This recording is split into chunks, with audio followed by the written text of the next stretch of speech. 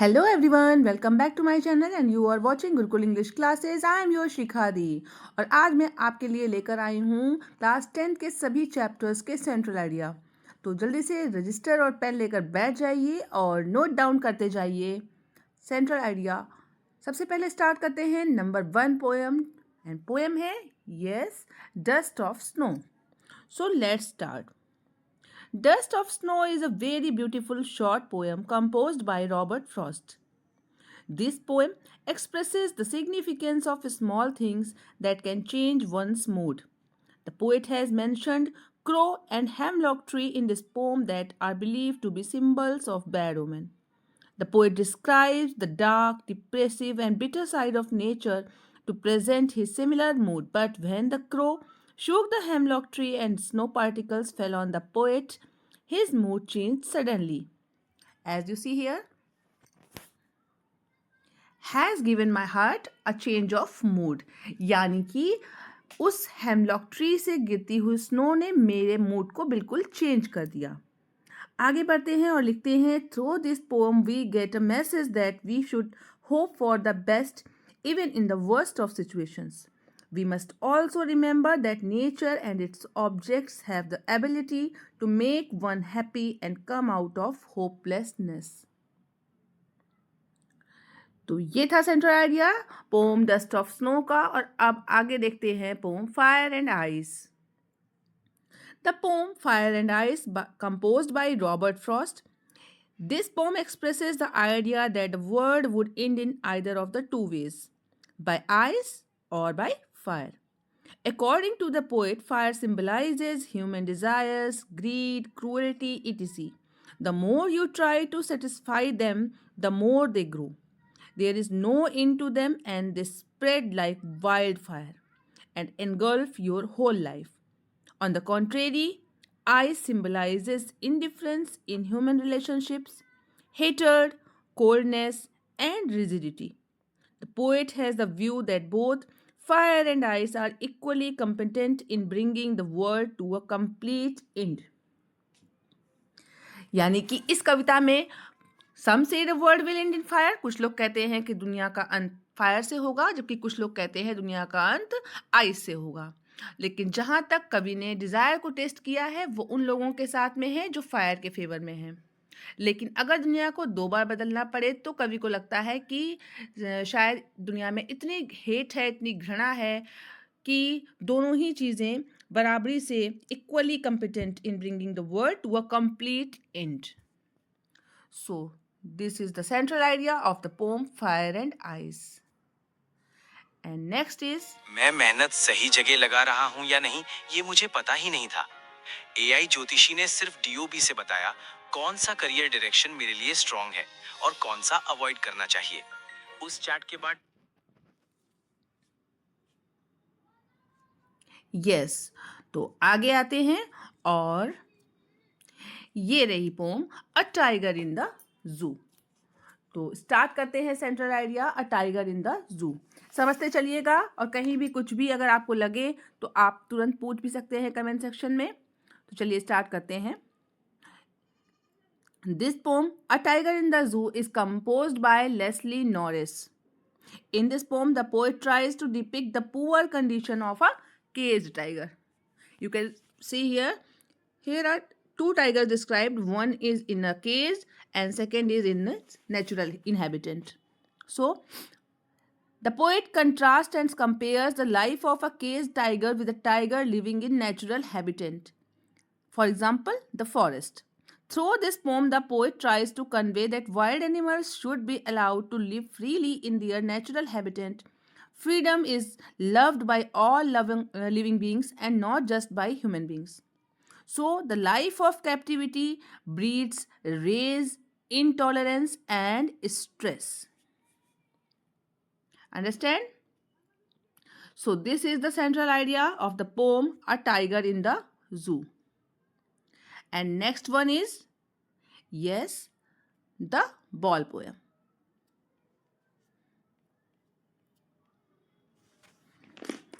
The ball poem is composed by John Berryman.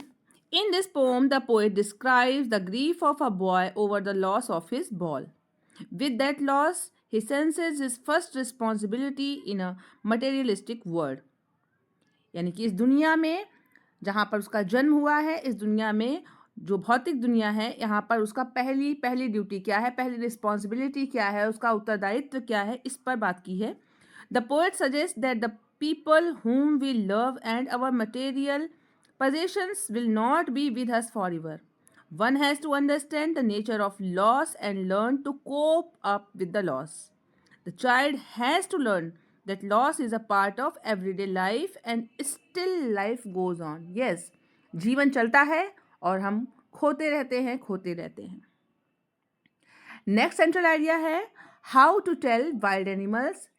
इस poem में आप देखते हैं ये ह्यूमरस पोम है और यहाँ पर एनिमल्स के बारे में बताया गया है. पहला है लायन, दूसरा है टाइगर, तीसरा है leopard and obvious fourth is beer, fifth is hyena, crocodile, and last is chameleon.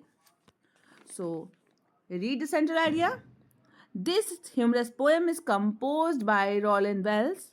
In this poem, the poet suggests some of the dangerous ways to identify wild animals. Apart from being entertaining, the poem is informative as well. It describes some of the unique features of various animals with gentle humor. The poet has introduced the ferocious and fearful animals including as Asiatic lion, Bengal tiger, the leopard, the bear, the hyena, the crocodile, and last the chameleon in an amusing manner. It describes some of the unique features of the various animals with gentle humor. She indicates that these animals can be recognized by their habits, qualities, natural habitat, and style of living. So this is the central idea of the poem How to Tell Wild Animals. Next one is, yes, yours favorite, Amanda. Amanda, who is a small little girl, and in this poem the poet describes about child psychology. This poem is composed by Robin Klein and he tells us about a little girl, Amanda. Amanda is constantly and continuously being scolded, most probably by her mother. But she is lost in her own world. What does she like to be? She liked to be a mermaid. She liked to be an orphan. She liked to be a Rapunzel. In this poem, her desires are to be a mermaid, an orphan, and a Rapunzel. She wants freedom for all restrictions and dreams of leading the life of a mermaid in the Emerald Sea where she is the only inhabitant. She feels that an orphan has more freedom than her. The little girl does not pay attention to what her mother is saying. The poem thus asserts that parents must give some freedom to growing children. Constant scolding may adversely affect a child's development. So, अगर देखा जाए तो इस कविता में बच्चों के साथ साथ में गार्जियन के लिए भी एडवाइस है कि बच्चों को ज़्यादा नहीं डांटना चाहिए क्योंकि ज़्यादा डांटने से ऐसा होता है कि उनकी जो डेवलपमेंट होती है वो रुक जाती है. तो अब देखते हैं आगे और नेक्स्ट पोम है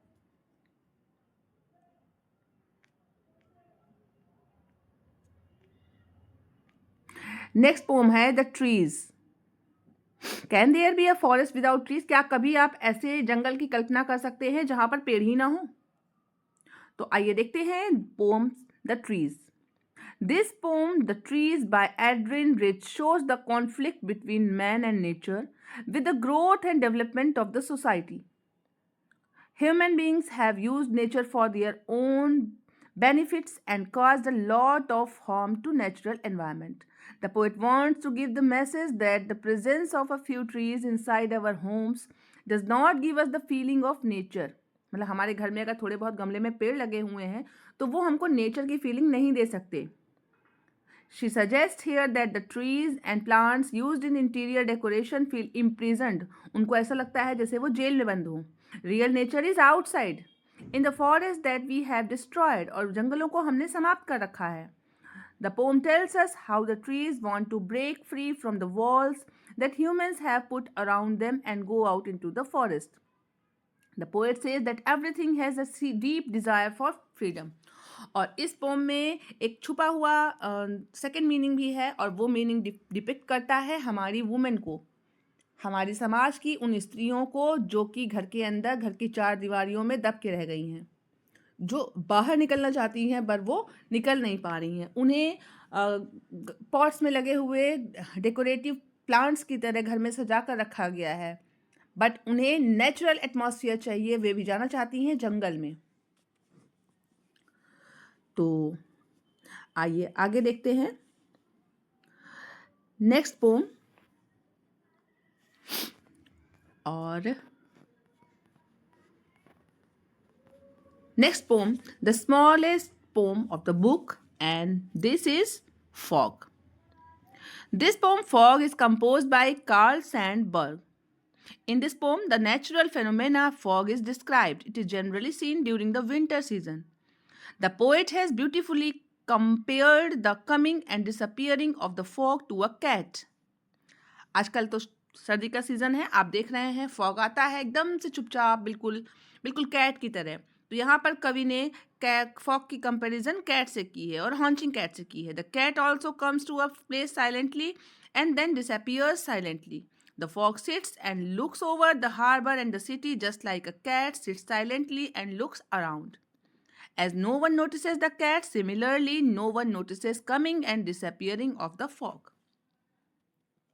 So this is the smallest poem of the book and its central area.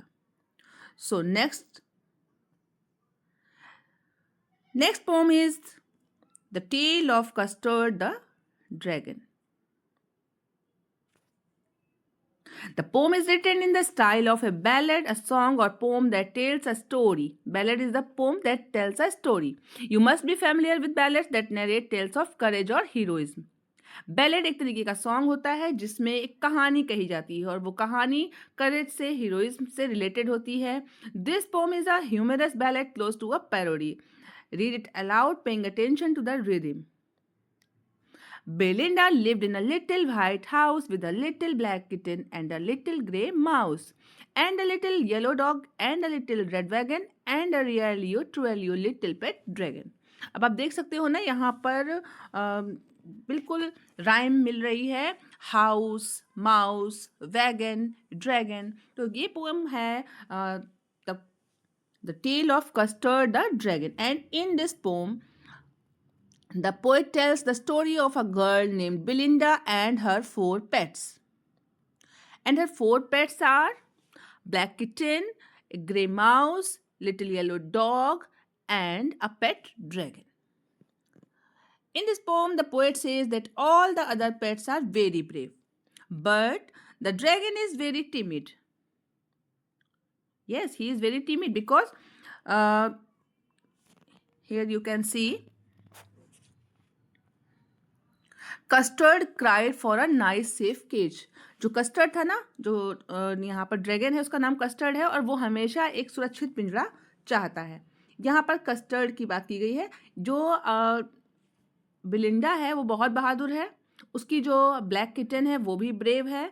बिलिंडा इतनी ब्रेव है कि वो फुल ऑफ बियर्स से भरे हुए कमरे में जा सकती है. इंक और ब्लिंक इतने बहादुर है कि वो लायंस का स्टेयर्स पे पीछा कर सकते हैं. मस्टर्ड इतना बहादुर है कि वो टाइगर के साथ रेस में मतलब लड़ सकता है, लेकिन कस्टर्ड हमेशा एक सेफ केज चाहता है. तो the dragon is very timid. However when a real danger comes, all the pets run away except Custard. Custard shows bravery and courage at the right moment and saves everyone's life because who came? Yes, a pirate came in the building of Belinda. Pistol in his left hand, pistol in his right, and he held in his teeth a cutlass bright. His beard was black, one leg was wood. It was clear that the pirate meant no good. और जैसे ही pirate को देखा वैसे ही mustard भाग गया. Ink bottom of the household में घुस गया. लिटिल माउस होल में चला गया. लेकिन कस्टर्ड बिल्कुल इंजन की तरह कूदा और उसने अपनी डंजन की तरह अपनी टेल को हिलाया और एक क्लैटरिंग करते हुए उसने पायरेट की फेंकी हुई गोली को निगल लिया. इस प्रकार से उसने सबको बचाया. तो हम कह सकते हैं कि custard shows bravery and courage at the right moment and saves everyone's life. In this poem, the poet has tried to say that sometimes a timid person is the actual hero in the toughest situations of life. And Custard proves this. So आइए आगे बढ़ते हैं और last pome पढ़ते हैं. और last pome है for any Gregory. This poem is composed by William Butler Yeats, who was an Irish nationalist. In this poem, the poet tells us about the perception of love by different people. The poem is in the form of dialogue between two people, Annie and another person who might be the poet himself. The poem shows the true nature of human as they are always carried away by the outer beauty. यानी कि जो इस poem में कवि ने दो तरह की सुंदरता का वर्णन किया है, एक जो कि फिजिकल होती है और एक जो कि मेटाफिजिकल होती है. जैसे आप देख सकते हो कि इस पोम में आप ज़रूर इसको मैंने सारे डिटेल्ड एक्सप्लेनेशन भी अपलोड किए हैं, आप ज़रूर पढ़िएगा. और इस वीडियो में मैं सिर्फ समरी बता रही हूँ, सेंट्रल आइडिया बता रही हूँ शॉर्ट फॉर्म में. इस कविता में बताया गया है कि कुछ लोग हनी कलर्ड बालों से प्यार करते हैं. तो जो कवयित्री जो एनी है वो कहती है कि मैं तो अपने बालों को डाई कर सकती हूँ, ब्राउन, ब्लैक या कैरेट, जिस कलर का भी चाहूँ उस कलर का. तो कवि जो है वो कहता है कि only God can love a person for his inner beauty and not for their physical beauty. यानी कवि के अनुसार इस दुनिया में केवल गॉड ही ऐसे हैं जो लोगों की मानसिक सुंदरता के लिए प्यार कर सकते हैं. बाकी ऐसा कोई नहीं है जो किसी को मानसिक सुंदरता के लिए प्रेम करे, क्योंकि इस दुनिया में सभी लोग फिजिकल ब्यूटी ढूंढते हैं. तो इस तरीके से इस वीडियो में मैंने आपको आपके क्लास 10 की ऑल 10 पोम्स एक ही जगह पर डिस्क्राइब कर दी हैं. आशा है आपको ये वीडियो पसंद आया होगा. अगर पसंद आया है तो कमेंट सेक्शन में कमेंट करिएगा, ये वीडियो शेयर ज़रूर करिएगा. मिलते हैं नेक्स्ट वीडियो में, तब तक के लिए tata, bye bye and thank you for watching.